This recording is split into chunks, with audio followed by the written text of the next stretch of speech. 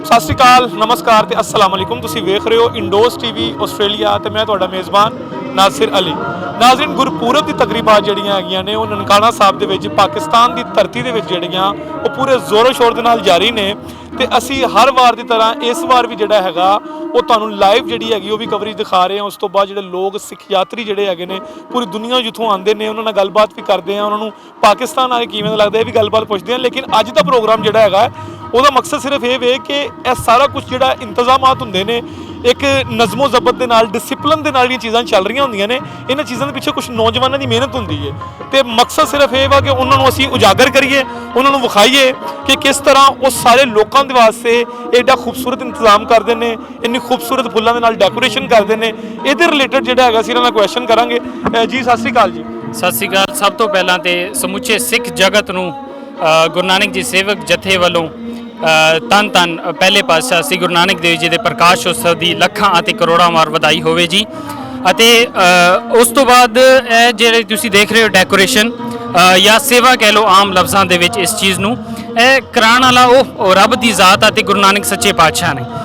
ਇਹ ਡੈਕੋਰੇਸ਼ਨ ਇਸ ਤਰ੍ਹਾਂ ਹੁੰਦੀ ਆ ਕਿ ਇਸ ਤੋਂ ਪਹਿਲਾਂ ਆਪਾਂ ਸਾਰੀ ਇੱਕ ਟੀਮ ਵਰਕ ਹੁੰਦੀ ਆ ਜਿਹਦੇ ਤੇ ਬਹਿ ਕੇ ਆਪਾਂ ਸਭ ਸੋਚਦੇ ਆ, ਜਿਹਦੇ ਵਿੱਚ ਸਾਡੇ ਨਾਲ ਸਾਡਾ ਇਕੱਲਾ ਸਹਿਯੋਗ ਸਾਡੇ ਗੁਰੂ ਨਾਨਕ ਸੇਵਕ ਜਥੇ ਦਾ ਹੀ ਨਹੀਂ, ਜਿਹਦੇ ਵਿੱਚ PSGPC ਵੀ ਸਾਡੇ ਨਾਲ ਇਨਵੋਲਵ ਹੁੰਦੀ ਆ। ਪਰ ਉਸ ਚੀਜ਼ ਨੂੰ ਇੱਕ ਮੈਨੇਜਮੈਂਟ ਦੇਣ ਵਾਸਤੇ, ਉਸ ਚੀਜ਼ ਨੂੰ ਇੱਕ ਸੋਨਾ ਟੰਗ ਦੇਣ ਵਾਸਤੇ ਇਹ ਪ੍ਰੋਗਰਾਮ ਜਾਂ ਇਹ ਇੰਤਜ਼ਾਮਾਤ ਜਿਹੜੇ ਨੇ ਅਸੀਂ ਅਕਤੂਬਰ ਤੋਂ ਹੀ ਸਟਾਰਟ ਲੈਣਾ ਸ਼ੁਰੂ ਕਰਦੇ ਹਾਂ, ਜਿਹਦੇ ਵਿੱਚ ਸਭ ਤੋਂ ਜ਼ਿਆਦਾ ਸਹਿਯੋਗ ਸਾਡੇ ਨਾਲ ਭਾਈ ਹਰਮੀਤ ਸਿੰਘ ਜੀ ਦਾ, ਭਾਈ ਪਲਵਿੰਦਰ ਸਿੰਘ ਜੀ ਦਾ ਤੇ ਸਾਡੇ ਜਥੇ ਦੇ ਜਿੰਨੇ ਵੀ ਨੌਜਵਾਨ ਨੇ ਉਹਨਾਂ ਦਾ ਬਹੁਤ ਜ਼ਿਆਦਾ ਸਹਿਯੋਗ ਆ।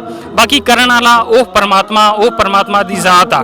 ਤੇ ਇਹਦੇ ਵਿੱਚ ਅਸੀਂ ਇਹ ਨਹੀਂ ਕਹਿੰਦੇ ਕਿ ਅਸੀਂ ਹੀ ਕਿਉਂ ਇਹ ਕਰਦੇ ਹਾਂ, ਸਾਨੂੰ ਚੁਣਦੇ ਆ ਉਹ ਪਾਤਸ਼ਾਹ, ਉਹ ਪਰਮਾਤਮਾ ਸਾਨੂੰ ਇਸ ਕੰਮ ਵਾਸਤੇ ਚੁਣਦੇ ਆ, ਇਸ ਚੀਜ਼ ਵਾਸਤੇ। ਦੇਖੋ ਵੀਰ ਜੀ, ਬੜਾ ਔਖਾ ਕੰਮ ਹੁੰਦਾ ਹੈ ਕਿ ਇੱਕ ਐਡੇ ਵੱਡੇ ਮਜਮੇ ਦੇ ਵਿੱਚ ਇੱਕ ਖੂਬਸੂਰਤ ਚੀਜ਼ ਫਿਰ ਸਫਾਈ ਸੁਥਰਾਈ ਨਾਲ, ਕਿਉਂਕਿ ਅਸੀਂ ਜਦੋਂ ਓਵਰਆਲ ਅਸੀਂ ਗੁਰਦੁਆਰੇ ਵਿੱਚ ਜਾਈਦਾ ਹੈਗਾ, ਅਸੀਂ ਮਸਜਿਦਾਂ ਦੇ ਵਿੱਚ ਵੀ ਜਾਈਦਾ ਹੈਗਾ, ਅਸੀਂ ਮੰਦਿਰਾਂ 'ਚ ਵੀ ਡਾਕੂਮੈਂਟਰੀ ਕਰੀਦੀਆਂ, ਲੇਕਿਨ ਇੰਨੇ ਸਾਫ਼ ਤਰੀਕੇ ਨਾਲ ਨਫਾਸਤ ਦੇ ਨਾਲ ਜਿਹੜਾ ਕੰਮ ਹੈ ਨਾ ਉਹ ਇਹ ਹੁੰਦਾ। ਇਹ ਡਿਜ਼ਾਈਨ, ਇਹ ਤਖਲੀਕ ਜਾਂ ਇਹ ਕ੍ਰੀਏਟੀਵਿਟੀ ਕਿਹਦੀ ਹੁੰਦੀ ਜੀ? ਦੇਖੋ, ਗੁਰੂ ਦਾ ਘਰ ਹੋਵੇ ਜਾਂ ਉਸ ਗੁਰੂ ਜਾਂ ਰੱਬ ਕਹਿ ਲਓ ਕਿ ਆਮ ਲਫ਼ਜ਼ਾਂ ਦੇ ਵਿੱਚ ਗੁਰੂ ਦਾ ਘਰ ਹੁੰਦਾ ਹੀ ਸੋਹਣਾ ਵਾ, ਜਾਂ ਰੱਬ ਦਾ ਘਰ ਮਸਜਿਦ ਹੋਵੇ, ਮੰਦਰ ਹੋਵੇ ਜਾਂ ਚਰਚ ਹੋਵੇ, ਗੁਰੂ ਦਾ ਜਿਹਦੇ ਨਾਮ ਅੱਲਾ ਲੱਗ ਜਾਂਦਾ, ਵਾਹਿਗੁਰੂ ਲੱਗ ਜਾਂਦਾ, ਰਾਮ ਲੱਗ ਜਾਂਦਾ, ਰਹੀਮ ਲੱਗ ਜਾਂਦਾ, ਜੀਸਸ ਕ੍ਰਾਈਸਟ ਲੱਗ ਜਾਂਦਾ, ਉਹ ਹੁੰਦਾ ਹੀ ਸੋਹਣਾ ਵਾ। ਉਹਨੂੰ ਅਸੀਂ ਇਹ ਨਹੀਂ ਕਹਿ ਸਕਦੇ ਕਿ ਯਾਰ ਅਸੀਂ ਸੋਹਣਾ ਬਣਾਉਂਦੇ, ਬਣਾਉਣ ਵਾਲਾ ਰੱਬ ਦਾ ਘਰ ਹਮੇਸ਼ਾ ਹੁੰਦਾ ਹੀ ਸੋਹਣਾ।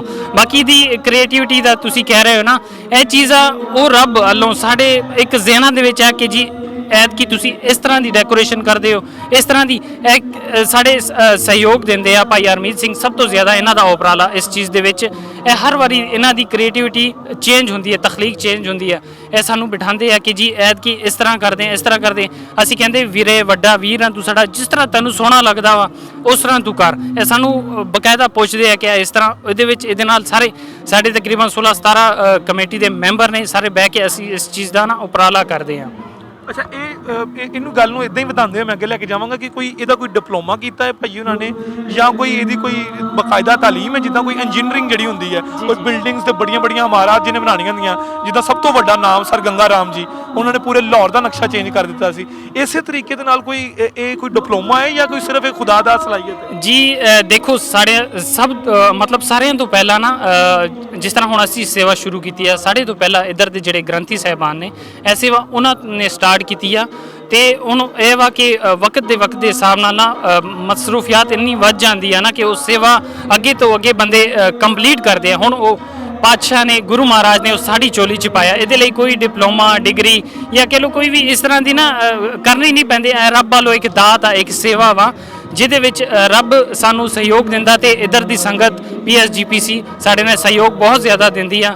ਸਾਨੂੰ ਸਿਰਫ ਥਾਪੜਾ ਚਾਹੀਦਾ, ਸਾਨੂੰ ਹੋਰ ਕਿਸੇ ਚੀਜ਼ ਦੀ ਲੋੜ ਨਹੀਂ ਆ, ਸਿਰਫ ਸ਼ਾਬਾਸ਼ੀ ਦੀ ਲੋੜ ਆ, ਜਿਹਦਾ ਕਰਕੇ ਅਸੀਂ ਦਿਨ ਬ ਦਿਨ ਕੋਸ਼ਿਸ਼ ਕਰ ਰਹੇ ਹਾਂ ਕਿ ਇਸ ਤੋਂ ਅੱਗੇ ਆ ਰਿਹਾ ਨਾ ਉਹ ਇਸ ਤੋਂ ਵੀ ਸੋਹਣਾ ਕਰ ਦਈਏ, ਇਸ ਤੋਂ ਵੀ ਅੱਛਾ ਕਰ ਦਈਏ। ਅਸੀਂ ਕਿੰਨੇ ਲੋਕਾਂ ਦੀ ਟੀਮ ਹੈ ਤੇ ਇਹਨੂੰ ਸਰੰਜਾਮ ਕਰਨ ਜੀ, ਇਹਨੂੰ ਕੰਪਲੀਟ ਕਰਨ ਦੇ ਵਿੱਚ ਟਾਈਮ ਕਿੰਨਾ ਲੱਗਦਾ ਵਾ? ਕਿਉਂਕਿ ਜਦੋਂ ਚੀਜ਼ ਬਣਾਉਣੀ ਆ ਫਿਰ ਲਾਉਣ ਦੇ ਵਿੱਚ ਵੀ ਟਾਈਮ ਲੱਗਦਾ ਹੈ ਨਾ, ਤੇ ਉਹ ਪੂਰਾ ਕਿੰਨਾ ਪ੍ਰੋਸੀਜਰ ਕਿੰਨੇ ਦਿਨਾਂ ਜੀ? ਮੇਨ ਸਾਡੀ ਜਿਹੜੀ ਟੀਮ ਆ ਨਾ ਉਹ ਤੇ ਕਹ ਲਓ ਪੂਰੀ ਸੰਗਤ ਹੀ ਸਾਡੇ ਨਾਲ ਸਹਿਯੋਗ ਦਿੰਦੀ ਹੈ, ਲੇਕਿਨ ਜਿਹੜੇ ਪ੍ਰੋਪਰਲੀ ਵਰਕ ਕਰਦੇ ਆ ਉਹ ਸਾਡੇ ਨਾਲ ਤਕਰੀਬਨ 15 ਤੋਂ 16 ਮੁੰਡੇ ਨੇ ਜਿਹੜੇ ਕਿ ਸ਼ਾਨਾ ਬਸ਼ਾਨਾ ਕੰਮ ਕਰਦੇ ਆ, ਲੇਕਿਨ ਇਹਦੇ ਵਿੱਚ ਜਿਹੜਾ ਮੇਨ ਸਹਿਯੋਗ ਆ ਉਹ ਭਾਈ ਹਰਮੀਤ ਸਿੰਘ ਜੀ ਦਾ ਤੇ ਭਾਈ ਪਲਵਿੰਦਰ ਸਿੰਘ ਦਾ, ਕਿਉਂਕਿ ਬਾਕੀ ਕੋਈ ਪੜਦਾ ਵਾ, ਕੋਈ ਕਾਰੋਬਾਰ ਦੇ ਵਿੱਚ ਇੰਨਾ ਟਾਈਮ ਨਹੀਂ ਕੱਢ ਸਕਦਾ। ਬਾਕੀ ਜਿਹੜਾ ਹੈਂਡ ਕਹਿ ਲਓ ਕਿ ਬਾਈ ਹੈਂਡ ਜਿਹੜੇ ਵਰਕ ਕਰਦੇ ਆ ਉਹ ਭਾਈ ਹਰਮੀਤ ਸਿੰਘ ਤੇ ਭਾਈ ਪਲਵਿੰਦਰ ਸਿੰਘ ਇਸ ਚੀਜ਼ ਨੂੰ ਕਹਿ ਲਓ ਕਿ ਨੈਕਸਟ ਪ੍ਰੋਸੈਸ ਕਰਦੇ ਨੇ।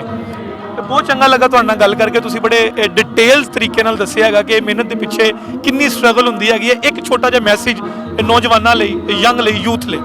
ਜੀ ਦੇਖੋ, ਨੌਜਵਾਨਾਂ ਲਈ ਤੇ ਸਭ ਤੋਂ ਪਹਿਲਾਂ ਮੇਰਾ ਮੈਸੇਜ ਇਹੀ ਹੈ ਕਿ ਸਭ ਤੋਂ ਪਹਿਲਾਂ ਤੁਸੀਂ ਪੜ੍ਹ ਲਿਖ ਕਰ ਮੁਲਕ ਕੌਮ ਲਈ ਇੱਕ ਅੱਛੇ ਤੋਂ ਅੱਛਾ ਕਹਿ ਲਓ ਕਿ ਇੱਕ ਅੱਛੇ ਟਰੈਕ ਤੇ ਤੁਸੀਂ ਟੁਰ ਜਾਓ, ਬਜਾਏ ਇਸ ਤੋਂ ਕਿ ਤੁਸੀਂ ਅਵਾਰਾਗਰਦੀ ਕਰ ਲਓ, ਮਾਂ ਪਿਓ ਨੂੰ ਛੱਡ ਕੇ ਜਾਂ ਕੋਈ ਨਸ਼ੇ ਪੱਤੇ ਵੱਲ ਤੁਸੀਂ ਲੱਗ ਜਾਓ। ਸਭ ਤੋਂ ਪਹਿਲਾਂ ਤੇ ਇਹੀ ਮੇਰਾ ਮੈਸੇਜ ਹੈ ਕਿ ਤੁਸੀਂ ਜਿਹੜੇ ਸਾਨੂੰ ਰੱਬ ਵੱਲੋਂ ਇੱਕ ਪੈਗੰਬਰ ਆਏ ਆ, ਠੀਕ ਆ, ਦੀਨੀ ਤਾਲੀਮ ਜ਼ਰੂਰੀ, ਲੇਕਿਨ ਦੀਨ ਦੇ ਨਾਲ ਦੁਨਿਆਵੀ ਤਾਲੀਮ ਵੀ ਜ਼ਰੂਰੀ ਆ।